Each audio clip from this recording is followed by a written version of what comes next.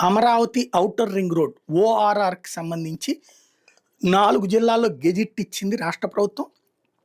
ఏలూరు, పల్నాడు జిల్లాల అభ్యంతరాల స్వీకరణ ప్రారంభించింది.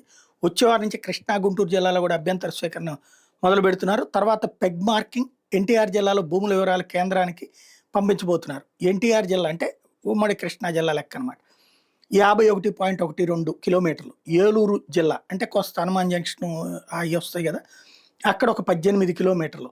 కృష్ణా జిల్లాలో 35.14 అంటే మచిలీపట్నం నియోజకవర్గ పరిధి అనమాట, పార్లమెంటరీ నియోజకవర్గ పరిధి. గుంటూరు 67.65 ఎకరాలు లేదా కిలోమీటర్లు. పల్నాడు 17.23 కిలోమీటర్లు. టోటల్గా 189 కిలోమీటర్ల మేర ఓఆర్ఆర్కి సంబంధించి 4 జిల్లాల్లో గెజిట్ ఇచ్చుకొచ్చారు.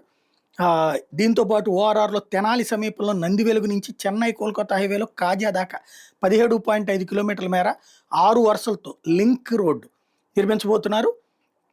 ఓఆర్ఆర్లో నారాకోడూరు నుంచి గుంటూరు శివార్లోని బుడంపాడు దాకా 5.5 కిలోమీటర్ల మేర 4 వరుసతో మరో లింక్ రోడ్డు నిర్మిస్తారు.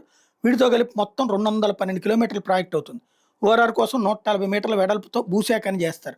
ఇందులో 6 వరుసల ఓఆర్ఆర్ ఇరువైపులా చెరో 2 వరుసలతో సర్వీస్ రోడ్డు కట్టబోతున్నారు. మొత్తంగా ఈ ప్రాజెక్టు కోసం 5 జిల్లాల్లోని 23 మండలాల పరిధిలో 97 గ్రామాలు భూసేకరణ చేయాల్సి ఉంటుంది. పల్నాడు, ఏలూరు జిల్లాల్లో ఇప్పుడు అభ్యంతరాల స్వీకరణ స్టార్ట్ చేస్తున్నారు.